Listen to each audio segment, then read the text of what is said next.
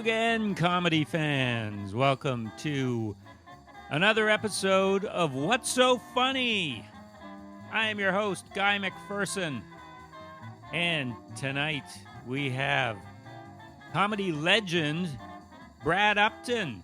I think the word legend is overused, but we use it when somebody's been around, excelling in their field for more than X number of years.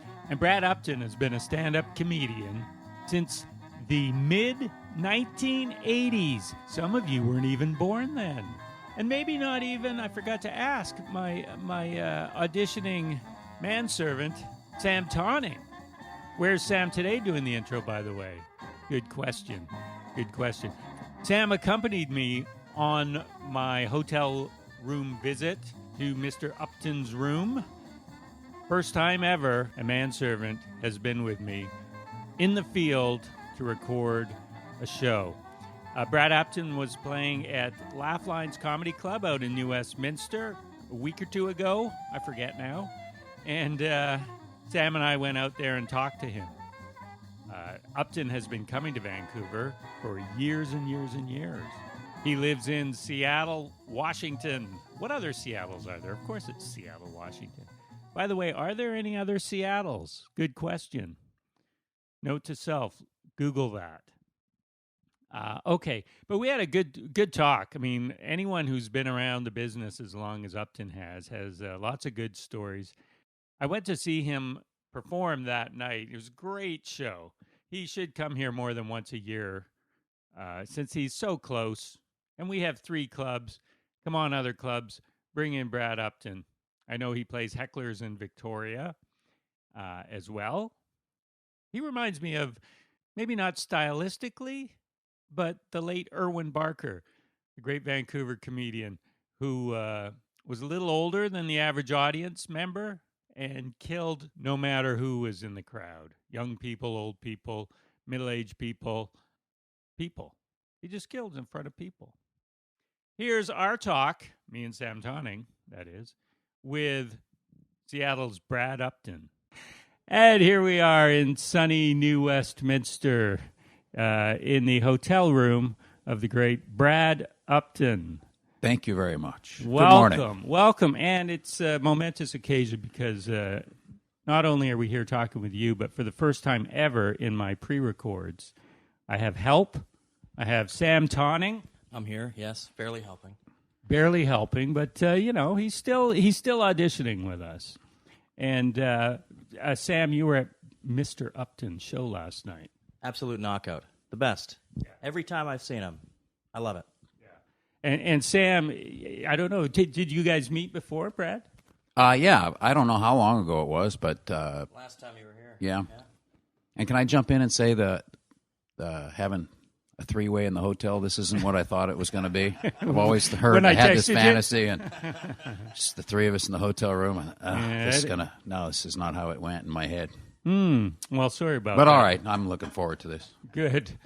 Brad Upton, I asked a friend of mine what he knew, what he could share with me about you. And you're going to love this, Sam. I'm excited. The Spokane Laugh-Off. I'm not sure what year it was. You finished second. Right. Christopher Titus. Right. Finished first. And our good friend Jerry Swallow finished third. Oh, yeah. Yeah. You have memories of that? Oh, yeah, I remember that competition very well. What year was that? It would have been probably 87 or 88. My goodness. And so you had been doing comedy at that point a few years. Yeah, I'd quit teaching school in June of 86. It could have been 86. So, and I'd only been doing, I started in September 84, so I hadn't been doing it very long. And Jerry said he was 4 months in. Yeah, he started right after I did, so it wasn't long after. Yeah.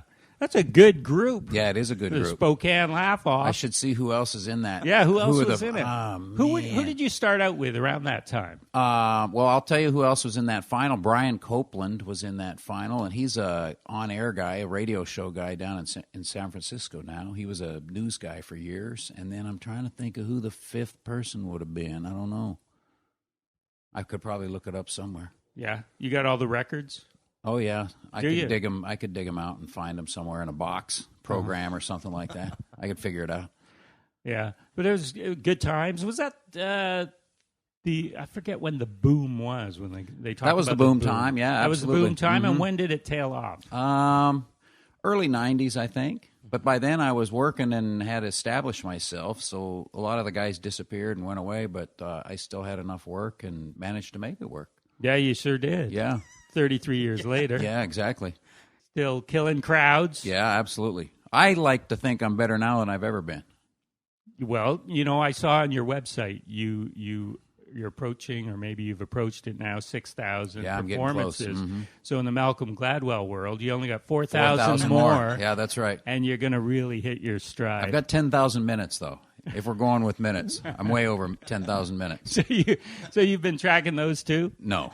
No. But 6,000 shows, probably average 30 minutes a show. There's a lot of minutes. Whatever Sam, it is. how many shows have you done? Oh gosh, does that include open mics? Yes. Oh, or no? yeah. Anytime on stage.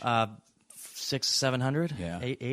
800, I think. Yeah. You got a long way to go. It's silly. But at 7 or 800, you're really experienced. That's right. Absolutely. I have a good 5 minutes. Oh, yeah. No, you got more than that, I'm sure. Probably 12.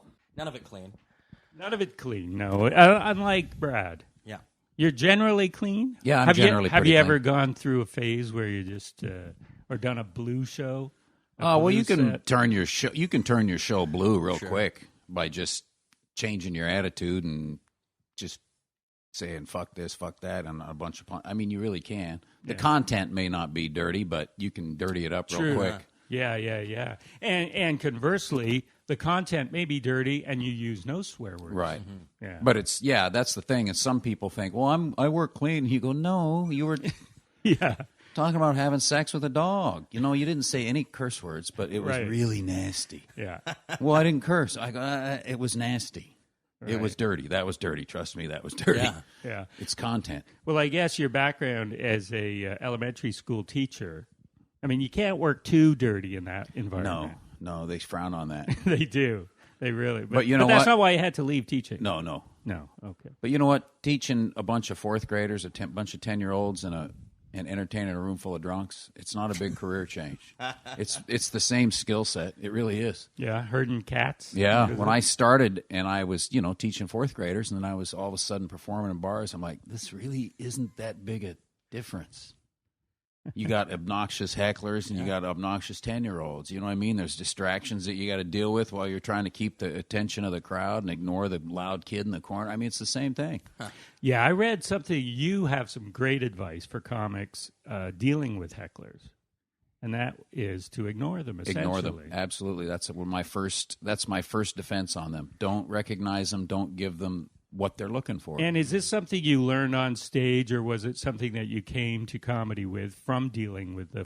I came to it from teaching. Way back in college, they told you with an obnoxious kid, with a 10-year-old, they just want attention from the teacher, whether it's negative or positive. They're bored or they want the room to look at them, so they start tapping their pencil on the table until you go, hey, would you knock it off? Well, then you've rewarded that behavior. So as a teacher, you just ignore that behavior. Ignore the negative behavior. Don't give them what they want. Mm-hmm. It's the same thing with a heckler. Because if you've ever been in a crowd, in any situation where you yell something at someone or ask a question or you give a comment, everybody around you heard you, except that person doesn't respond. It's a really awkward feeling. Like, You feel like an idiot. You feel like an idiot. So if you don't respond a couple of times, a lot of times they're like, I kind of feel it. And then the people around them look at them like, you're an ass. And then they'll just quiet themselves down. So, yeah, that's my first. Sometimes new comics are just waiting for their first chance to go after a heckler. It's like, leave them alone. Sometimes they Just go ignore way it. overboard. Oh, way overboard, and they throw the- gas on the fire. It's a bad mistake. Yeah. It is not only for the comic and for the heckler, but for everyone else who feels uncomfortable. Right. Because I always say the audience wants to be on your side if somebody's interrupting the show, interrupting your flow, and then you unload on somebody. Now we're kind of torn. Yeah, Now, absolutely. he was way too harsh. No, on I that agree. guy, yeah. And you'll see it at an open mic or something. You're like, oh, my Lord, why is that guy doing that? And they do. They turn all of a sudden the audience is against them.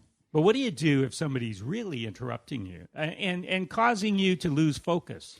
You learn after a while, and it takes a bunch of repetitions. You figure out, is this person They're usually drunk. Had too much. Almost always they're drunk. But are they having a good time and enjoying themselves, and they think they're helping, or are they just being an asshole? Yeah. And you recognize right away, oh, this guy's an ass, and he's looking for a confrontation. Right. So you have to handle it two different ways. You know, with the person that's having fun or whatever, you try and make friends with them. Well, you actually try and make friends with both of them.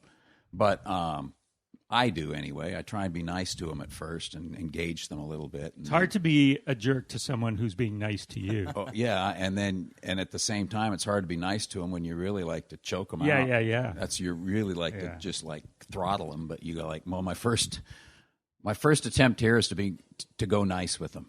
Yeah. See if I can shut them up that way. Yeah, that's wise. But you probably don't get too many, do you? No, not really, not anymore. It changes, you know, when you're doing nothing but bar gigs at the beginning, then you get it quite a bit. But I don't really have to face it anymore too often. Really don't get very many hecklers anymore.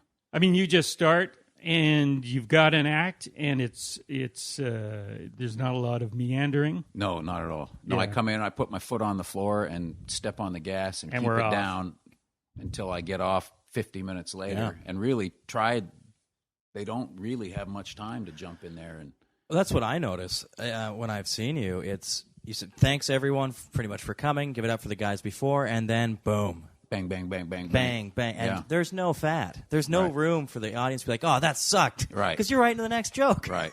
It's great, and it works. Yeah. Because there's no opportunity for them to jump on you. Mm-hmm. And that's great to see. Yeah, that's a real... So you're learning some things. Oh, absolutely. Sam. I love jokes. Punchlines, the best. Yeah. Lots of them. Yeah, I got a lot of them in my act. I've had other comics tell me that. They're like, God, your laughs per minute are amazing. Yeah, but it's also I've told funny. people, too, though, I think...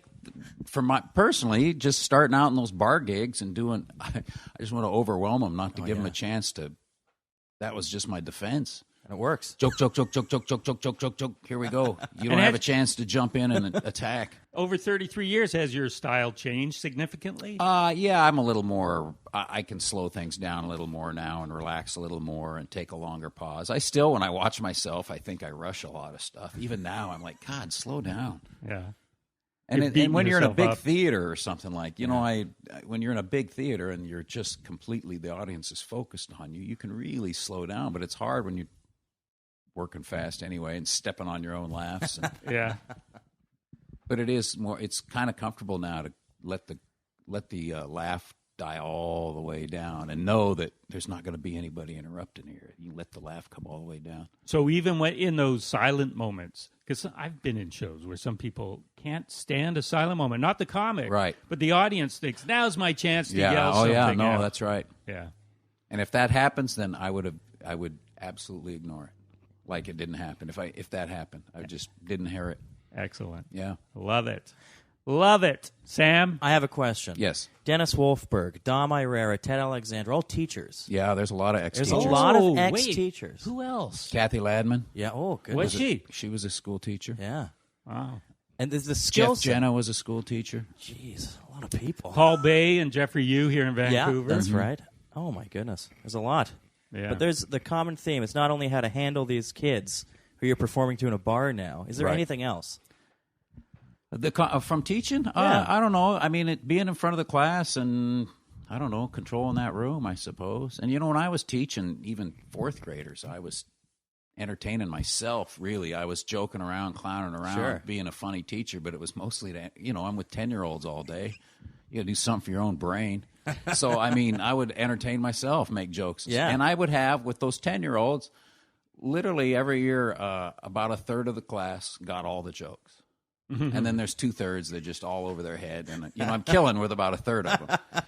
But every year I've told people this too. In my classroom, I would have a kid that got all the jokes that wasn't performing academically. And I'm thinking, you know what? This kid's way smarter than he's performing because he gets all the jokes. And, humor's a higher level thinking skill. Yeah. So if you have a kid that gets all the jokes, you're like, that kid's pretty smart. So were you torn when it came time to handing out the marks? Yeah, but I could also, a little bit, but also I could, because you got to reward. You like my jokes, I'm gonna take care of you, buddy. You're moving on to grade 5. Yeah, you're going on. You like my jokes. But then you could kind of target that kid and try and really push a little bit and see, why aren't you performing academically? Because you're pretty smart. Mm-hmm. You know, you've recognized that in the kid. Right. So, I mean, and I always thought as a student, I learn better with a teacher with a sense of humor. Oh, absolutely. Mm-hmm. Yeah, absolutely. Yeah. But then you can have a teacher who's all jokes. And Right. you don't learn so much then either. But you're having a great time. Before I did this, back in my 20s, I taught fourth grade for 7 years. We got any school teachers in here? Yeah, there we are, liquored up on a Saturday night. All right. What do you teach? What grade? Special ed. Special ed, God bless you. You ever entertain yourself when you're at work? All the time. You're out there on the playground watching recess, a fight breaks out, the kid that starts it getting beat up, so you take a little extra time to get over there to break that up, don't you? Mr. Upton, better hurry. Jason's getting beat up. Be right there. One time I was working with a reading group. We're reviewing vowel sounds. I had some words written up on the board behind me. I said, like, what vowel sound do you hear in fish? What vowel sound do you hear in up? And then I said, what vowel sound do you hear in bed? I kind of chuckled to myself on that one. Kind of depends on who you're with, doesn't it? Sometimes you might hear ooh ah, ooh ah. Sometimes oh, oh, oh, oh, oh, oh, oh, oh. If you're married, guys, sometimes why?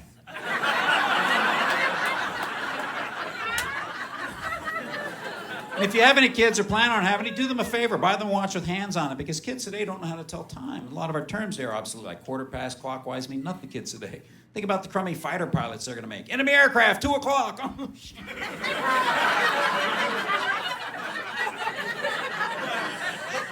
That's in an hour.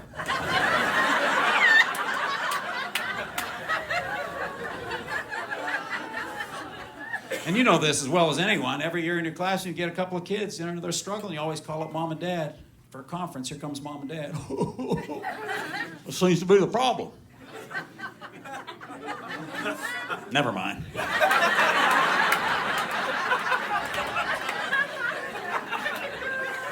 Anything we could do to help you, Mr. Upton? Try not to reproduce again, could you please? Look at her dying laughing. She knows it's true. They always walk in. Hi, I'm Bella's parents. I know. How'd you know? Sloping forehead. Jesus. I have not seen that in 300,000 years. Looks good on you, my friend. You are listening to What's So Funny on CFRO 100.5 FM, Vancouver Co-op Radio. I'm Guy McPherson, and our guest this week is Brad Upton. So going back, I know you were an athlete. Mm-hmm. Yeah, as a child, as a Right. kid, went into university on a track scholarship. Right. Competed in track and field. In hurdles? Yes. Anything else in track? No, I mean, I ran the relays and things like that, but the hurdles were my main events. And there's a picture of you on your site jumping a hurdle, and it's not an old picture. I went over a hurdle last week. But that's not the photo either. No, but no. Yeah. No. Wow. And this is a regulation size hurdle. Yes. But here's something that many people don't know. You don't have to jump over the hurdles. You can run right through them. Well, You can knock them down. that's not good hurdle form. Yes, you can. But, you know, on both those hurdle pictures, I hurdle every once in a while. I warm up and stretch out, and it's painful, and the next day I'm dying. And right after that, about 2 hours after that picture, I'm usually in my chair drinking scotch. Nobody sees that. Oh, God, no. Do they have competitions for your age group? They do have competitions. And do you ever enter? No, I don't. But I looked the other day, actually, after I was hurdling, I looked to see what won the U.S. national championships in the 100-meter hurdles. I went, I can run that fast. I'm sure I can run that fast. So it made me think, Wait a well, second. The national championships for your age group. Right. Right, okay. No, yeah, for my age group. Did I leave that part out? Yeah, you did. It was implied. Oh, I don't know. no, Guy yeah, just no. didn't get it. Yeah, no. But I went, I'm Not sure that I can bright. run that fast. Yeah. So and I started, and then I looked at my calendar. I go, I'm booked that weekend. So I was back in Minneapolis or the national championships or something. I go, no, I'm getting on a cruise ship that weekend, so I'm not doing it. So you were the Lovely. funny athlete in college? Yeah, I guess, yeah. Some of my teammates will tell you that. Yeah. And were they always egging you on to to make a career out Yeah, of it? well, no, I don't think so. I don't know if you ever think you're going to have a career at it, at that point. But on the bus trips or something, I would have my fun. Yeah. There are a few, we talked about comedians who were teachers. Few were athletes. Yeah. And in fact, I interviewed Michelle Wolf not too long ago. She was here for the Comedy Festival, New York comic, who was a track athlete in university. I think, I forget her event. She ran. Oh, yeah. I think, yeah. And then you go, Gary Goldman played football. Who else is there? Katie Ellen Humphreys, local Swimmer. star. Oh, I know swimmer. Katie Allen, yeah. Yeah. Brian Reagan played football in college. Wow. Did he in college? Yeah. He was So a did- receiver. I think Finesse Mitchell Yeah. played football in college. A lot of football players, it seems like. There has to be some other sports, but I'm sure there are. Oh, yeah. Yeah, because when we see athletes interviewed, we don't often think, they should be in comedy.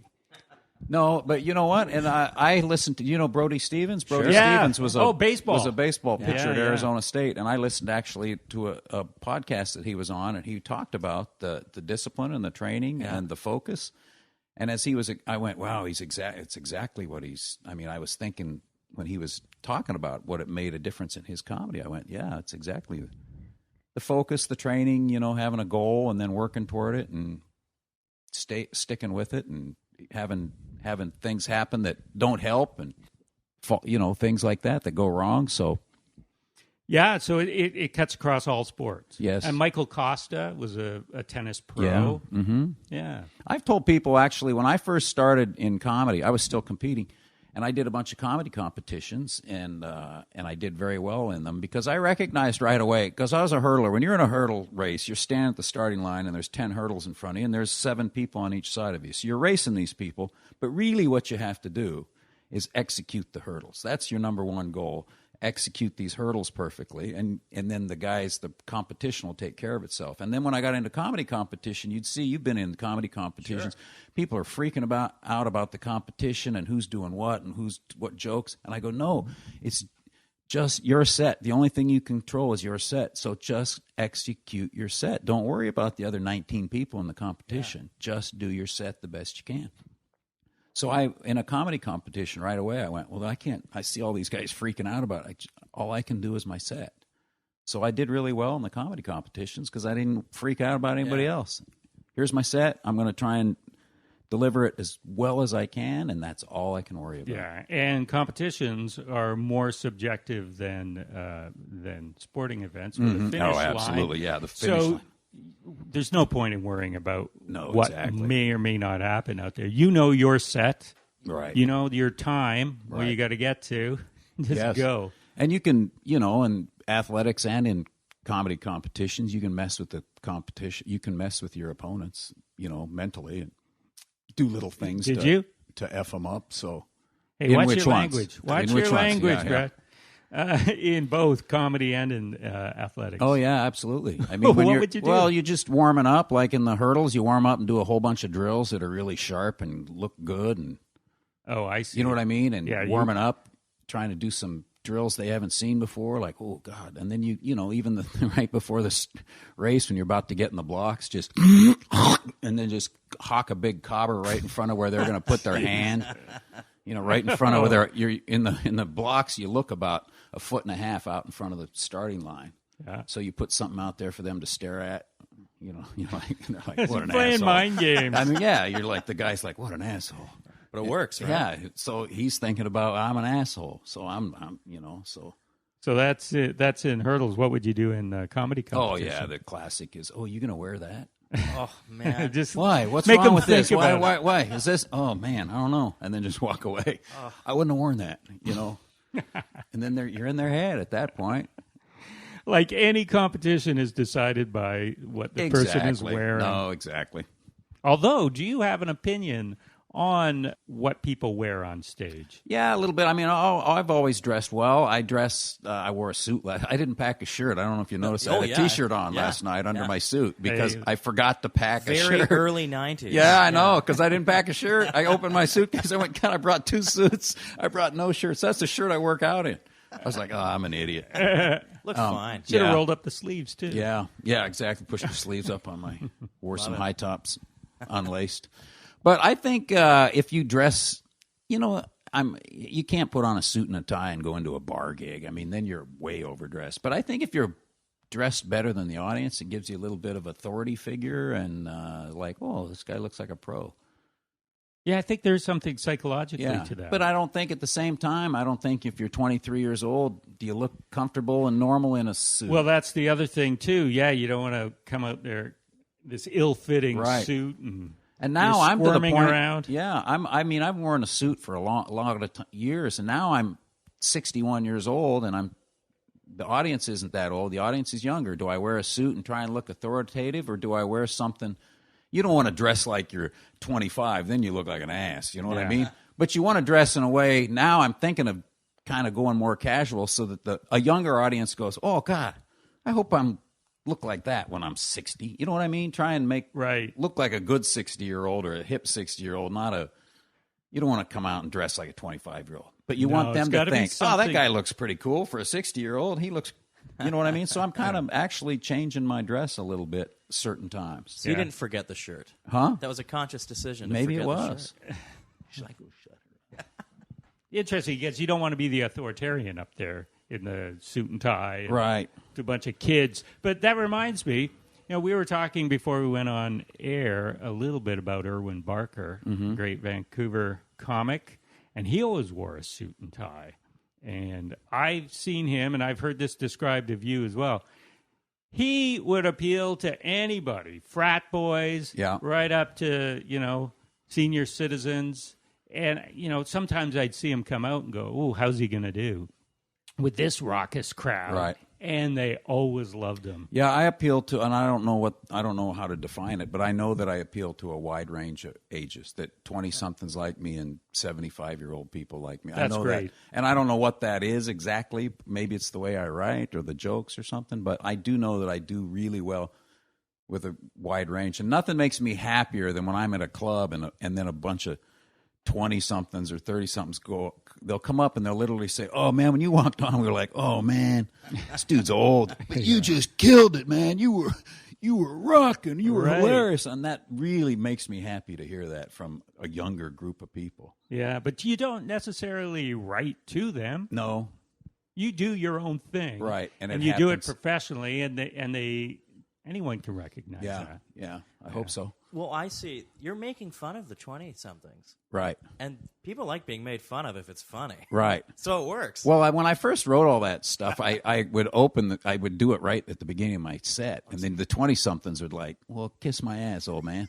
So I realized I do it about 12, 15 minutes into my set. So they like me then. Exactly. They like me. And then they're like, oh, okay, he's making fun of us, but it's kind of funny. And get him on board. Yeah, get him on board. Because if you just open up with, hey, you idiots, then they're like, well, kiss my ass, old man. You are listening to What's So Funny on CFRO 100.5 FM, Vancouver Co-op Radio. I'm Guy McPherson, and our guest this week is Brad Upton. So we talked about your comedy, the style has changed. Well, I think comedy in general, the style has changed from the mid-'80s up until now. Yeah. I can't put my finger on it, but I know it when I hear it. Yeah, but I would agree. So you've evolved with the times. I hope so, or maybe I was. Oh, I know, I was ahead of the time. That was what it was. Were. Yeah, but that kind of style still works all the time. I mean, Seinfeld and Gaffigan and Brian Reagan are just good joke writers. They're great. Yeah, but I think even then, just maybe in the delivery, something is a little evolved. Yeah, it's not significantly different, but if you put their delivery today, great killer jokes, the audience might just be like, it's a cognitive thing absolutely. where they go, this sounds a bit odd. These are great jokes, but you're not going to get the full laughter that you get. So you've evolved with it. Yeah, you figured out right away what the best way to deliver that joke is. Yeah. You took some time off comedy? I never took some time off. When my son was born in 1994, April of 94, that was our first child, and the day after he was delivered, my wife was diagnosed with kidney cancer and given a 50% chance to live.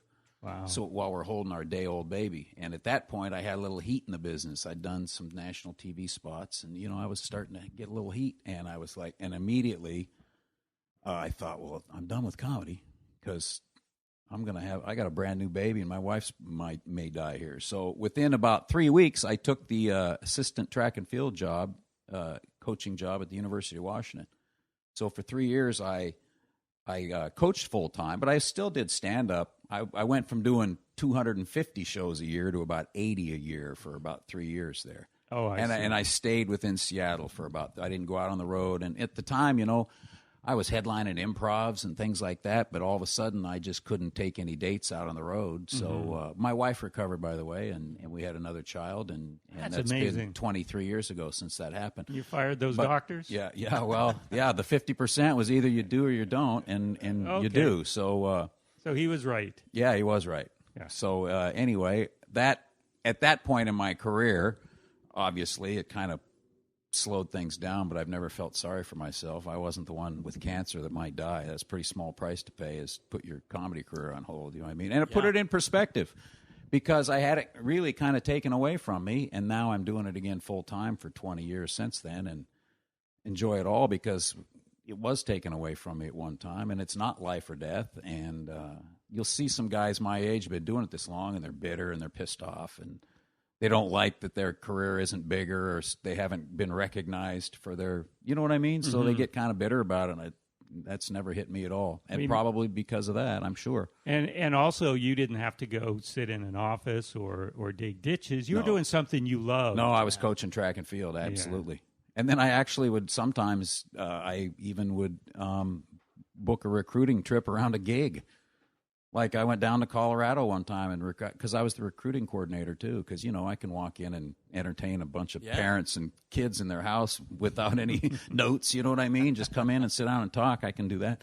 And I had a recruiting trip down to Colorado where I booked myself into a club in Colorado Springs, and then I went around and hit Denver, all these Denver and Colorado Springs high schools recruiting kids. I got 3 of those kids out of Denver on that trip. Yeah. If they laughed at your jokes. Yeah, exactly.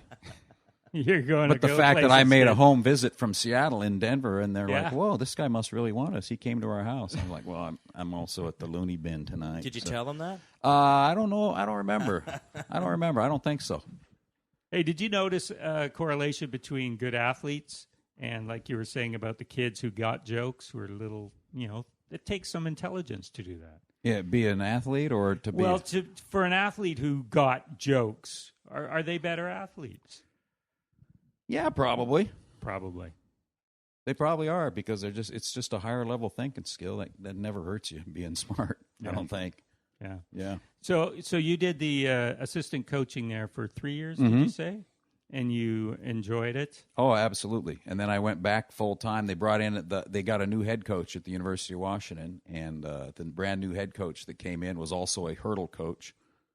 So he brought in his whole staff, and they said, "You've done a wonderful job. You were fantastic, but this is the new regime and the new coach." And we were all out the door. And at the time, I was kind of pissed off about it. And now I'm like, "Oh, that was the best thing that ever happened." And their program went to pot. Yeah, absolutely. Never been the same. And then for the last 11 years, I've been coaching the high school where my kids went. I've been coaching the hurdlers at the high school. Yeah? Yeah. What do you coach a hurdler? Jump over. Yeah. There's a lot. Oh, arm, lead leg, Oh, okay. trail leg, Yeah. aggressiveness. All right. Yeah. I don't know anything Yeah. about that. I also love the fact that you still open for Johnny Mathis. Yeah, absolutely. I got a couple shows with him about 2 weeks. And I was looking at that going, Johnny Mathis is still alive and performing? I didn't 81 know. years old, and he can still sing, and at one time a tremendous track and field athlete. Was he? Yes, he was. What sport? He was a high jumper. 5'9", Johnny Mathis jumped 6'6.5" in 1956 and was ranked 4th in the U.S. and was supposed to go to the Olympic trials and had a legitimate chance to make the 1956 Olympic team, but RCA offered him his first recording contract. Really? And his dad said, "You better go record that album because you're going to be singing longer than you're going to be high jumping." So he's singing 60 years later. Good move. Yeah. Yeah. I have a great picture. I'll show it to you. In fact, I'll sit here while we're talking and see if I can find it. Johnny Mathis is also a very good hurdler, and I've got him and I going over a hurdle right next to each other. It's just, So you said, hey, let's go out to this track. No, we didn't do it. These are old photos. Oh, I see. He's got great hair. Oh, he does have good hair. I'm jealous of him. And what a vibrato. Oh, it's unbelievable. It's unbelievable how good he can still sing. Really? Yeah. Yeah.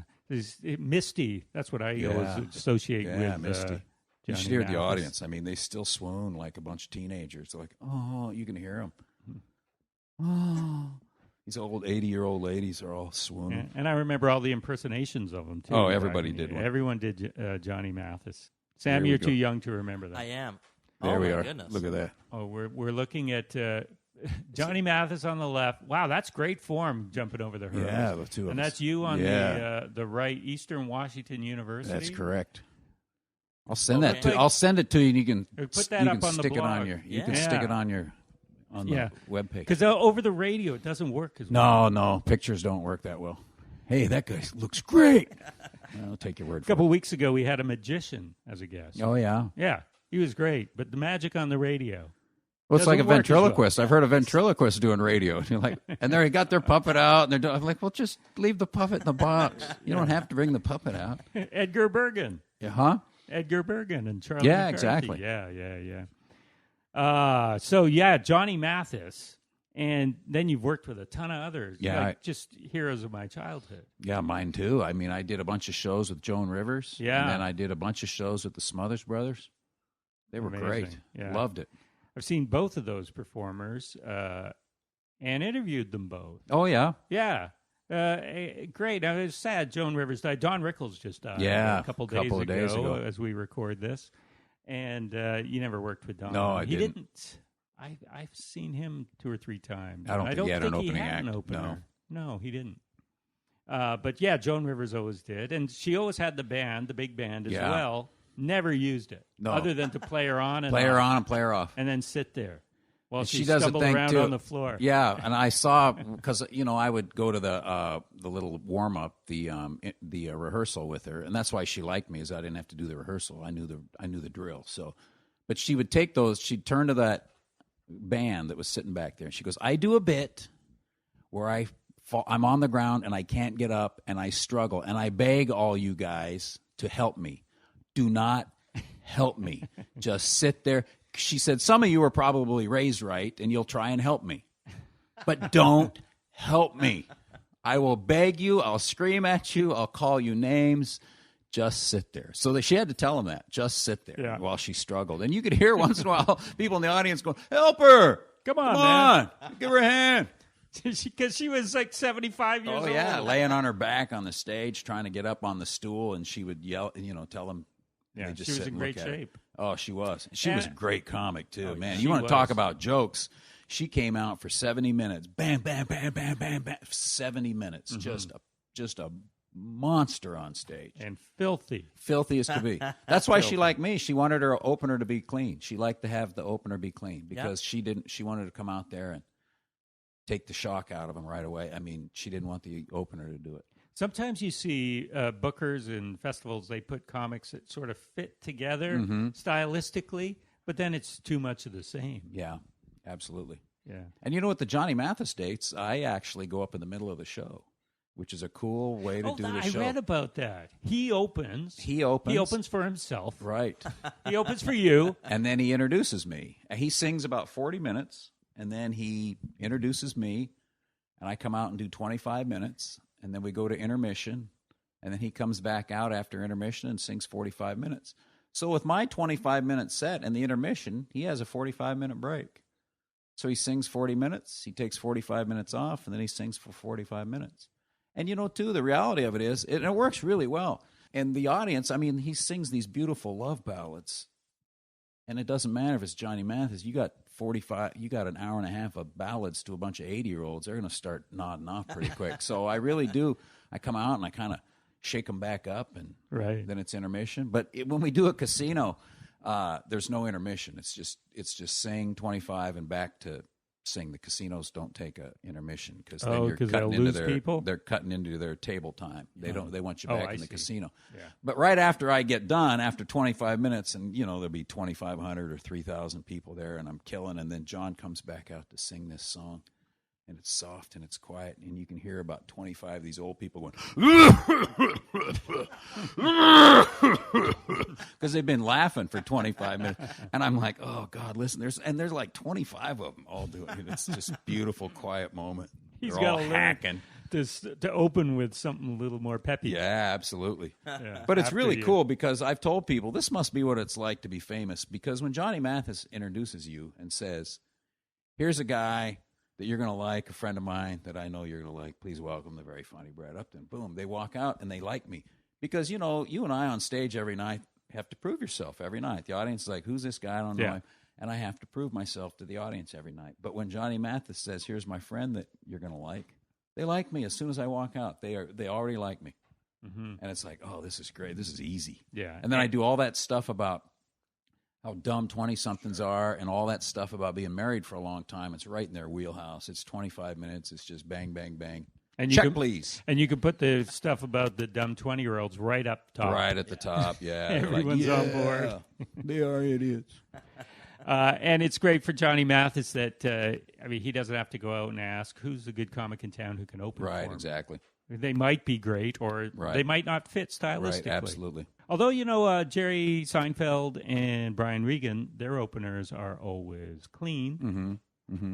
Because the audience, I think, they're expecting clean comedy, so they don't want to so hear. it's a little different that Yeah. way. Yeah. But Joan wanted clean, too, but Yeah. the same thing. It's that shock value because she was blue. She was nasty. There's no shock if the first guy's already Right, done it. exactly. But, you know, for Johnny Mathis, how did you get that gig, by the way? I knew the previous comic, and I knew his agent, and Who I was kept the telling previous one? it was Derek Cameron was doing it, and Johnny and I mean Gary Muledeer and I split the dates. So Johnny's used Legendary Gary Muledeer. we do the dates. Johnny uses two Still? comics. Yes. Oh, I see.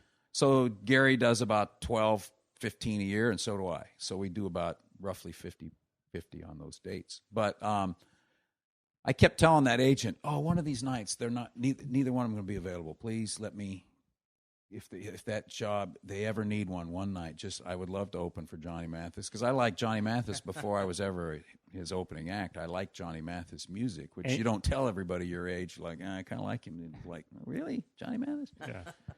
But anyway, I got to open for him one night. That was 9 years ago, and I've been doing it ever since. He liked you. Yeah, he liked So me, and I've been he doing it ever since. listens. Oh, yeah.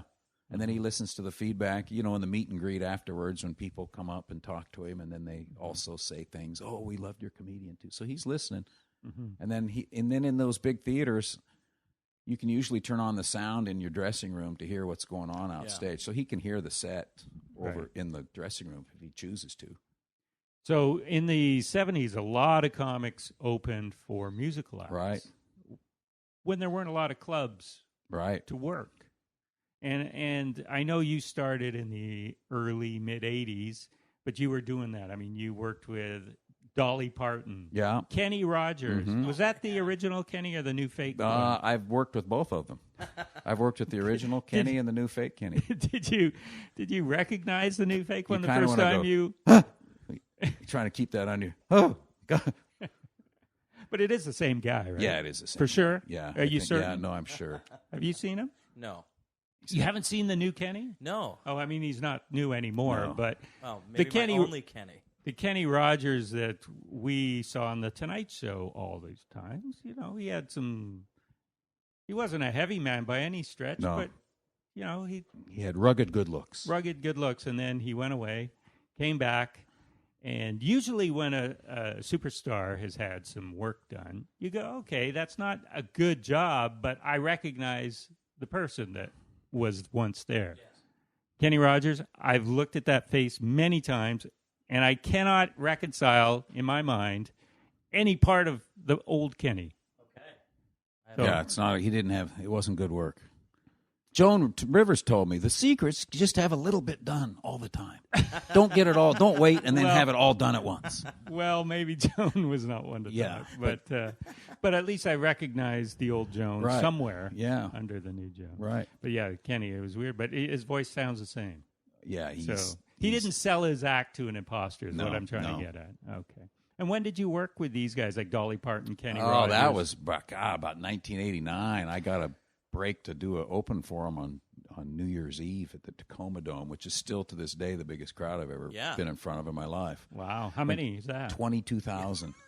How does a comedy work there? I learned something that night. There's no intimacy whatsoever with the audience, and they were far away. And it was and it was in the round too. So 22,000. I'm in the bottom of a bowl. You know what I mean? But there's 3 stories high of speakers above you, so they can hear every word. But there's no connection with them. And basically, it was on New Year's Eve, and I did 30 minutes to open the show. And I'm really up there because traffic's slow getting in and people aren't on time and it's New Year's and they're stuck out on the freeway and they're pissed off because they're not there at the start of the show. So there's still 22,000, and then at any one time there's 1,000 people walking around. You know what I mean? Looking for seats, and you're like, oh, this feels like chaos. But there's this core group of probably 18,000 people Still that are the in biggest their crowd, seats listening. So you just have to ignore people walking around and up and down aisles. And Right. I did a halftime at a Seattle Supersonics game one time, too. Really? Was that at halftime. Tacoma Dome? That the was at season, it was the Key Arena halftime. Right. Seattle Sonics, Charlotte Hornets. I did a set, a 5-6 minute set, and the same thing. There's this core group of that was 17,000 people, and the second biggest crowd I've ever worked in front of. And the same thing. It's halftime. So as soon as they, 4,000 people get up out of their seats and start heading for the bathrooms or the concession stands. But there's still 13,000 people sitting in their seats. I mean, there's people walking around. There's people mopping the floor. I mean, everything's going on at halftime at a basketball game, but you still have to just look at this big mass of humanity, and that's who you're talking to at that point. But it's weird. It's a very odd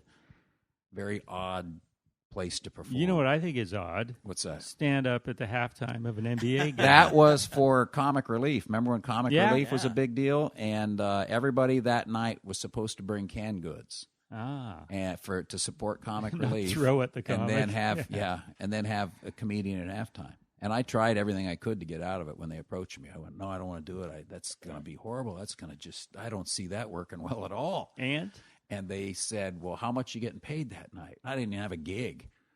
And I said, $200. And they went, we'll give you $250. I went, well, it's 6 minutes. $250. At the time, I was like, all right.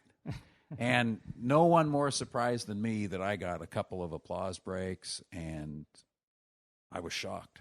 It went great. That's and then great. the following year, they wanted to do it again. And they asked me to do it again. I said no.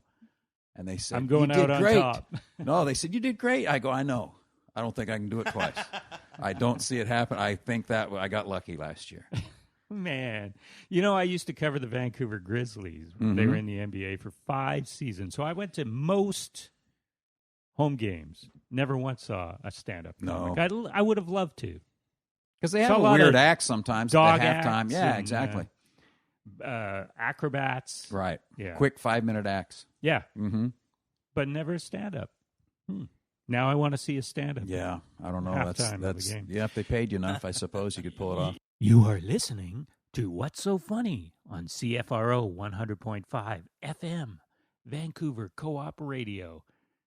I'm Guy McPherson, and our guest this week is Brad Upton. You've done the track and field announcing. I did. Do you make that funny? Yeah, they the Sacramento Convention Bureau put on the USA Track and Field Championships, and the guy wanted to do something different, and he Googled comedian with a track and field background, and he said, you are the only guy that came up. And so he approached me, and he told me what he wanted to do, and I said, I can do that.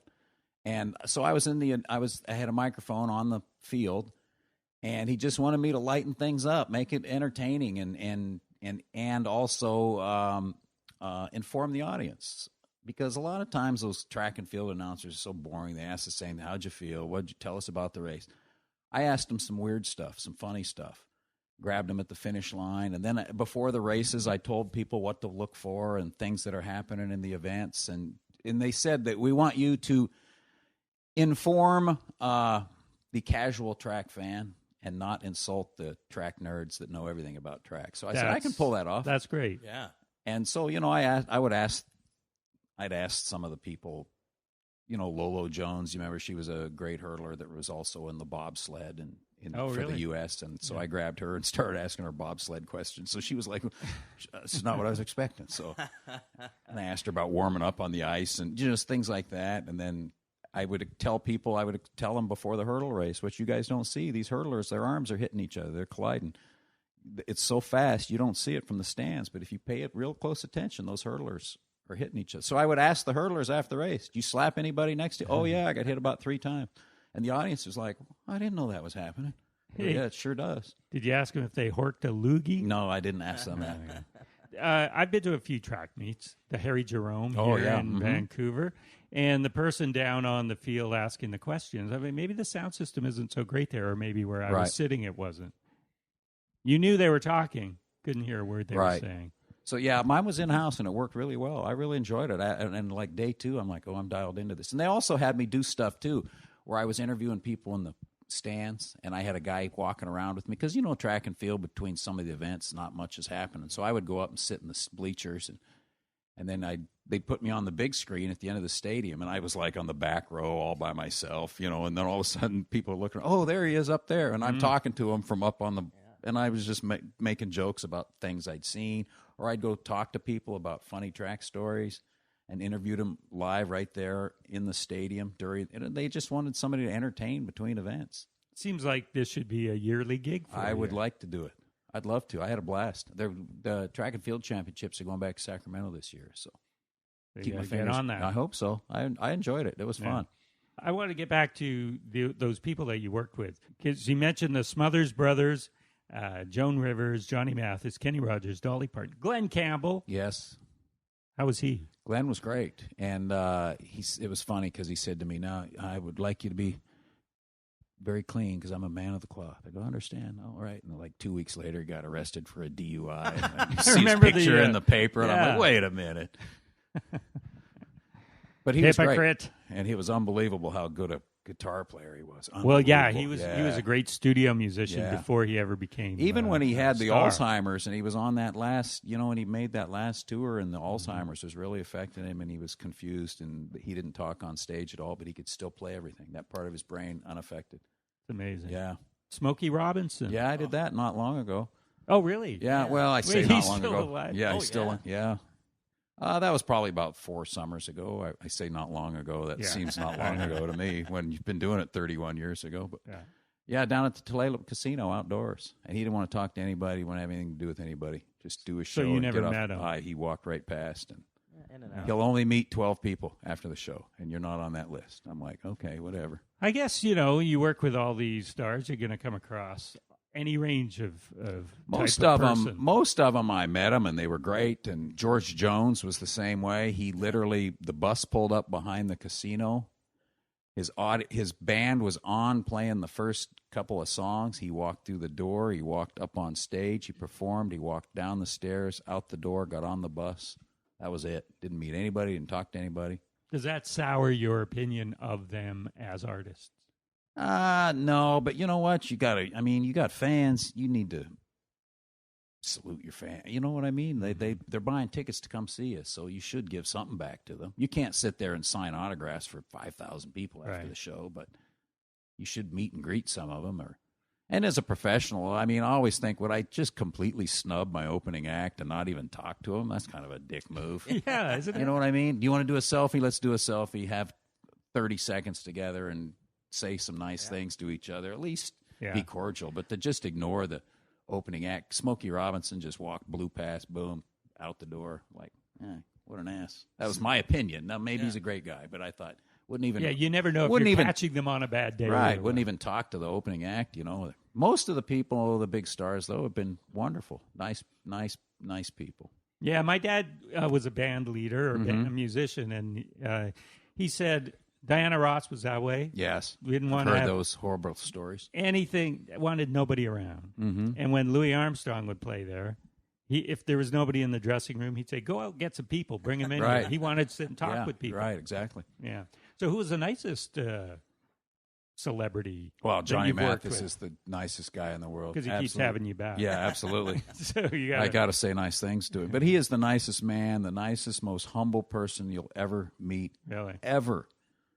And he's worth hundreds of millions of dollars. He doesn't have to work. He doesn't. he? But oh, sure he is. Wow. He's a rich man. He's sold 300 million records or something like that. Wow. He's one of the top recording artists of all time. And You should ask for a raise. Yeah, no, I'm keeping this gig under any circumstances. But he is the nicest person. And he's nice to people and people that come up and talk to him. And I think he plays the River Rock occasionally. yeah, I here. opened for him there one time. I got to come next time Yeah. he's in town because I think I would like it. I saw Paul Anka there. Oh, it's a fantastic show. Yeah.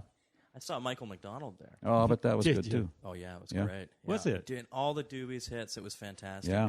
I went there by myself and danced right at the stage alone. Yeah. Did you? Like no one was watching. Who cares? It was so much fun. Yeah.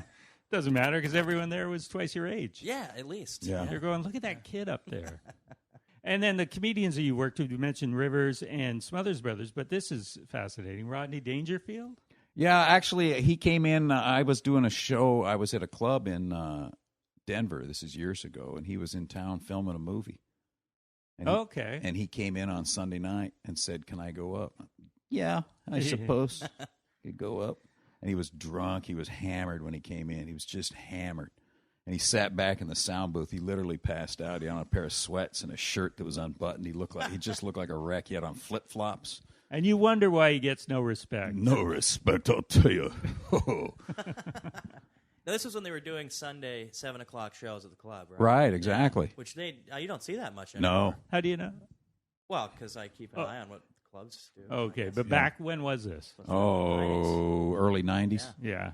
So, But the audience went crazy because they were in a club on a Sunday night in Denver, and then Rodney Dangerfield shows up and goes on after. I go, oh, special guest. Boom. I give him the wave. Don't even tell him. He said, don't tell him. I'll just come up. Walk out there like, oh, it's him. They just go crazy. and he was good enough to do his act. Yeah, but he was pretty hammered, but the audience didn't care because they were seeing Rodney Dangerfield. Celebrity. Yeah, he's a celebrity. Yeah. And then Tim Allen, Rita Rudner, Lewis Black. Yeah. Tim Allen I worked with in a club before he hit it big, right before he hit it big. Oh, before Home Improvement? Yeah. Was that? Before he was on Dangerfield special, probably. Yeah. Yeah. in I worked the late 80s. I worked with him for a week in Portland, Oregon. We had a great time, hung out in the condo all week, had a blast, and then I saw him like 2 years later in Hollywood. And in the meantime, he was huge. And when you saw him originally, did you? I wonder if you see people and you think, "Hey, this guy's got a spark. This guy's might be something." In You the know what? future." You never know. But did you think that about him? Yes, I'll tell you this. I've told people this story because I was going into this club in Portland that I felt like I should headline. And I was kind of like, I want to headline this. I should be headlining this club. And the lady gave me the date, and not yet, you're going to feature. And I was like, shit, all right. So I went up, and I would do 30 minutes every night, and I killed. And I went to the back of the room every night. He walked up in a suit and tie right after me, and he took it up 2 more notches and held it for 45 minutes. And every night I sat in the back of the room, I went, that motherfucker's a headliner. That is a headliner right there. I mean, I was killing it and thought I should headline it, and he was destroying right after me for 45. And I went, whoa, Wow. that guy's a headliner. And it wasn't long after that, all of a sudden he got the TV show, and he was #1 guy on TV. And then I ran into him at the Laugh Factory in Hollywood, and I thought, I wonder if he's a dick now. You know what I mean? If he's all of a sudden he's a big star, but he's hey, Brad, what's happening? How are you? great. Gave me a big hug. Let's go out front. So we walked out in front of the club and stood out on the sidewalk for about 20 minutes and talked and caught up. Nice. That's great. And here's the rest of that story. Here's the best part of that story. So just me and Tim Allen are standing out there in front of the Laugh Factory on Sunset Boulevard. A Cadillac pulls up. Sam Kinison gets out, and he says, Sammy, come here. I got somebody I want to introduce you to. So Sam Kinison comes over, and it's just me, Sam Kinison, and Tim Allen standing there on the corner talking. I'm like, God, would someone take a picture? This is before cell phones. selfies. Yeah, Damn I'm like, it. damn it. And so we talked for about 15 minutes, and we all go back in the club, and that was about 6 weeks before Sam got killed. Yeah. Picture it never happened. Yeah, I know, exactly. It's just, I could be making that up. And Sam was clean at that was. point, wasn't he? Yeah, Around I think 6 so. weeks. So Mhm. you had a good conversation? Yeah, it was fun. I mean, just standing there talking about clubs and bookers and the same crap any comedians always talk about. Right. Is there, all the comics you've seen over the years, is there somebody who you thought maybe should have elevated to a certain status that maybe never did, but was a great comic? Oh, there's a lot of them. Yeah. People always ask, who's your favorite comedian? I go, there's a bunch of guys in the business that are great. That most people don't know. That most people don't know. They've been doing it 30 years. They may not have lived in L.A. or New York their whole life. They just live in the town where they're at, and they work constantly. Sounds like Brad Upton, doesn't it? Yeah, I mean, they are similar careers. That's what I mean. So they give us have some great names, careers. see if we know any. Dwight Slade out of Yeah, Portland. he's Dwight's been a guest on this show. Yeah, Dwight's twice. great. Yeah, he Kermit is. Apio out of Seattle. very David Kermit? Crow out of Seattle. Who was that? David Crow. Oh, yeah, I saw him at Laugh Lines years ago. Huge, I mean, great acts. Susan Rice out of Portland, Phil Palisol out of Denver, Lewis Johnson out of Denver, Willie Farrell out of Des Moines, Iowa. People like that. Will Ferrell? Willie Farrell. Okay. Yeah. So there's comics that they've had great careers. They've got good credits. They work all the time, and that's all they've done is stand up. Because sometimes people, great stand-ups. Tim Allen's an example. Tim Allen didn't do stand-up for about 15 years. And he was a great stand-up, a monster. But then he didn't do it for 15 years. And then he started going back out on the road and doing casinos and off because he's Tim Allen, and people packed it. And I had some people, he wasn't that good. I thought, well, he didn't do it for 15 years. It's a skill like anything else. Yeah, I saw him on that tour. Yeah. And he might still, I don't know how he is now. And you still know how to fly the airplane. You can get in the pilot seat and still fly that plane around a little bit. But are you as good a pilot as you were? Well, Might you be need a some lot of turbulence. hours to come back to it. Yeah, and then also you don't know people's expectations. Right. Yeah, exactly. If he had come out as Joe Schmo Right. and did the exact same act, they might have gone, this guy's great. Right. But hey, it's Tim Allen. He should be hilarious. He Right. should be killing Exactly. every second. Well, like Drew Carey. Drew Carey was a great comic. Huge, great comic. But then, he's been hosting, what's the show that he does? Price is Right. For years. He doesn't do stand-up much anymore. And if he goes, I don't even know if he does stand-up at all anymore. But is Drew Carey still, but people would come out, oh my God, it's Drew Carey. Yeah. The audience is so excited because they're seeing a star. yeah, And I know, that's a pretty mediocre act. right. But they may not. I mean, the audience, they just think they saw the greatest act in the world. True. They're like, that's... His Carson appearance was one of the greatest. Carson Oh, appearances I've absolutely. ever seen. Yeah. His first. Oh yeah. Yeah. Yeah. Back when Carson could make you star, one big appearance on Carson could make you star. And a lot of these, well, I guess a lot of comics like you work on cruise ships as well. Yeah. Like you fly all around the Right. world. Yeah. I to do the about cruise ship. 6 or 8 a year. Yeah, do you like them? Because I hear mixed stories. Some Yeah, I people do love too. them, some people don't. I don't mind them. There's a couple of them that I like them. I mean, the audiences, I like doing them. Maybe because I don't do a lot of them. I know guys that's all they do. They've only done cruise ships for years, 40 weeks a year on a cruise ship, and they make great money, but they hate it. And I'm like, but they burned all their bridges in the rest of the comedy business. They don't have any contacts anymore with anybody else. So all they have are those cruise dates. And they're great comics, but they hate it. They're gone all the time. But I like doing them. I'm only on, I've been all over the world. It's a vacation for you because you're not having to do it. Right. 52 Exactly. weeks. And it's not, I tell people, I'm not going to complain about being on a cruise ship. I'll never complain about it because it's good money and stuff. And I go, but you're by yourself on a cruise. Sometimes some comedians have said it's like being in the world's nicest prison because you're on that ship for a week all by yourself. I mean, it's not bad. I don't want to ever, but people think, oh, that must be the greatest thing ever. Like, it's not that great. You're by yourself. It's like when you work in Vegas. People, you work in Vegas for a week. You're in Vegas by yourself. It's the worst town in the world to be by Sit at a yourself, slot all machine. alone after the show, drinking at the bar by yourself. So what would you do to pass the time on a cruise ship? I work By yourself. I work out. Yeah. I can walk for hours. I've actually bought some software to try and teach myself Spanish. Sit there in the cabin and try and learn Spanish. I'm Did it terrible. work? Nah, if I study. Yeah. But then I get off the ship and I'm like, I don't study at all at home. But when I'm on the ship, I study. And then a lot of times if you're in the Caribbean or in Central America, you can go to the bar and stumble through some words with the bartender and I'm getting somewhere on this. And then I write sometimes. I catch up on my reading. I can make the days go by pretty quick. Yeah, it sounds like It's not bad. And I don't want to say, I always try and find the dive bar that the tourists don't go to.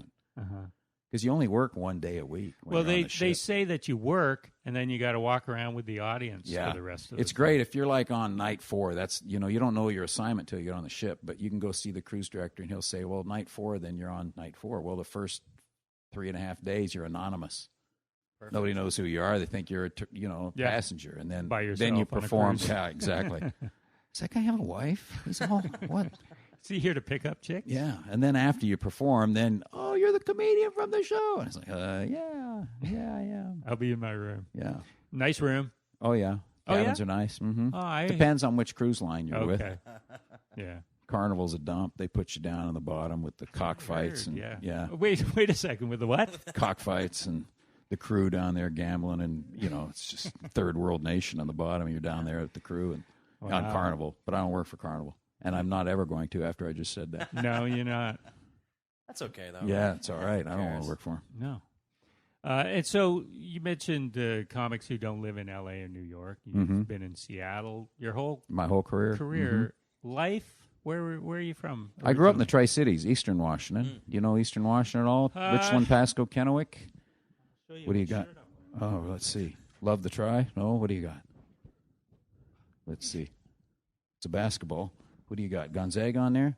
Is that part of the? That's Spokane, but it's south of Spokane. Yeah, it's That Eastern was Washington. That was a lot of work to show you. It's my Eastern Gonzaga Washington. shirt. Yeah, I'm glad the shirt stayed down, to be honest with you. So, That would have been ugly. in your hotel room. Yeah.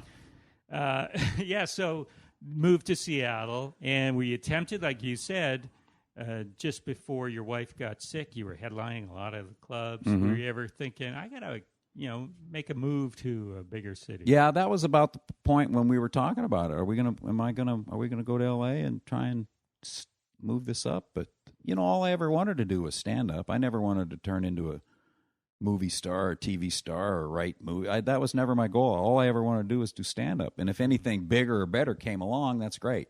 Fantastic. But that was never my pursuit. But I thought we were just about that point, and I'd been going down to LA quite a bit, but I had a nice house in the suburbs of Seattle. I go down to LA and I go, I'm going to be living in a crappy apartment here in Burbank and stepping over homeless people in my doorway every morning. I don't want to raise my kids here, so I could. And then when my wife had cancer, and that was like, okay, decision made. I'm not going to L.A. I'm staying right here.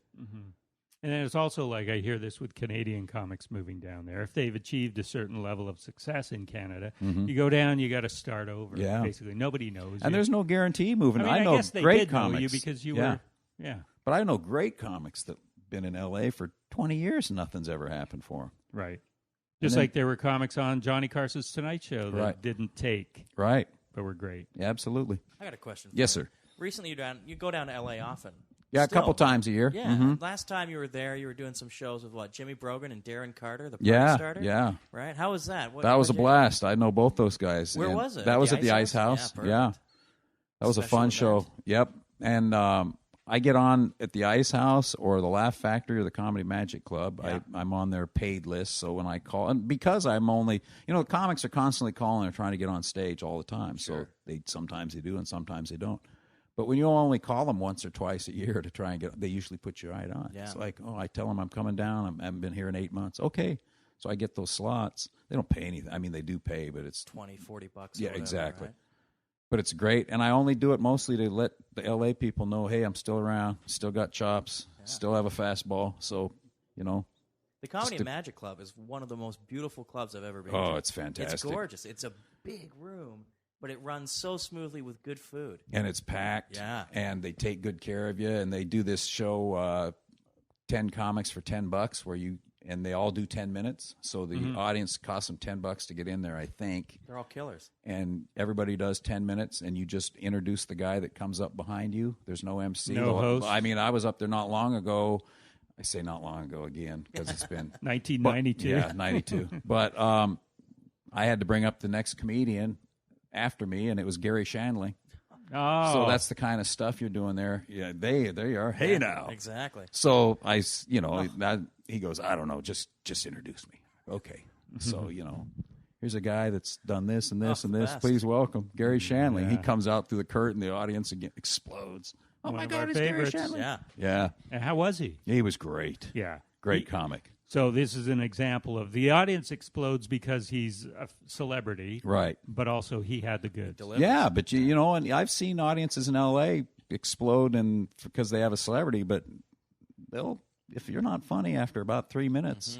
Saw David Spade do that before. I've seen who else did I see do that not long ago? Oh, I saw Arsenio Hall at the Ice House go up and just decide that he was a big star and the audience is going to fall all over me because I'm Arsenio Hall. And about 8-9 minutes into it, he started losing them. It's like, Wow, he held him for that long? Yeah, better wow, better deliver some jokes, son. Yeah. Wow. I know they love you because you're, you know, and Yeah. He's and no they longer both in of them. syndication. He's They what? both of them No longer in syndication? Yeah. went up with kind of an arrogant attitude of, I'm a big star. I'm here now. And I'm here now, and you're lucky to have me. And, well, they're all excited, and then, well, be funny. Better be funny. That last guy, Brad Upton, we'd never heard of him. He was pretty funny. Are you that funny? You know, I mean, that's the audience will do that to him a little bit. So when are you going down there next? Hopefully. I don't have my book's kind of full. I'm very flattered and thrilled that my calendar's pretty full. I might go down in August, which is not a good time to go to L.A., but that's when I have some holes in my calendar next time. And you are a regular up here. You come about once a year, Yeah, twice? just about once a year. I don't. There's a couple other clubs in town. I don't work either one of them. I don't know who the contact is. I would come up more often, but I don't even know who books what. But I've been coming to Laugh Lines for 25 years. Yeah. Well, we'll give you some names. Yeah. Sam will give you some I'd names. love to. I'd like to work the other clubs. Yeah, you should. Because it's 2-hour drive. Yeah. I should be up here more often. You I do that absolutely club should. over in Hecklers, It's Hecklers great- in that's- Victoria that's where about I'm once from. a year. Yeah. Love that room. It's a knockout. So hard to get to Victoria, though. It's like, God, Isn't it's there a 80 fer- miles from Seattle. There's a ferry from Seattle. Take the Clipper. It's the gorgeous. Clipper. Yeah, There's a there you go. black ball that comes across from Port Angeles. I usually drive up and go to Sawasan. Sawasan. Yeah. That's usually how I do it, Yes. just because the ferry schedule's easier. Great club, Hecklers. Oh, it's a great club. Yeah, I Aaron like treats doing you it. well. Yeah. So we're going to look for you up here. I'm going to say within the year. Oh, yeah, absolutely. Yeah, maybe at one of the other clubs. I hope so. I hope so, too. Yeah. Sam, any other questions? No, this is great. Thank Brad, you. one more question. How do you think Sam did? Sam was great. Yeah. I know he's auditioning. I think you need to keep him around. Yeah. This three-way in the hotel's starting to work out like I thought it was. I can put my clothes back on. Yeah. All right. Thanks a lot. Thank you. All right. I like that. I always like it when people take shots at celebrities. I don't know why. What's the word? What's the German word for that? Schadenfreude? Maybe that's it. Maybe I'm jealous at their success. Anyway, it was a fun conversation, and I think Sam did okay.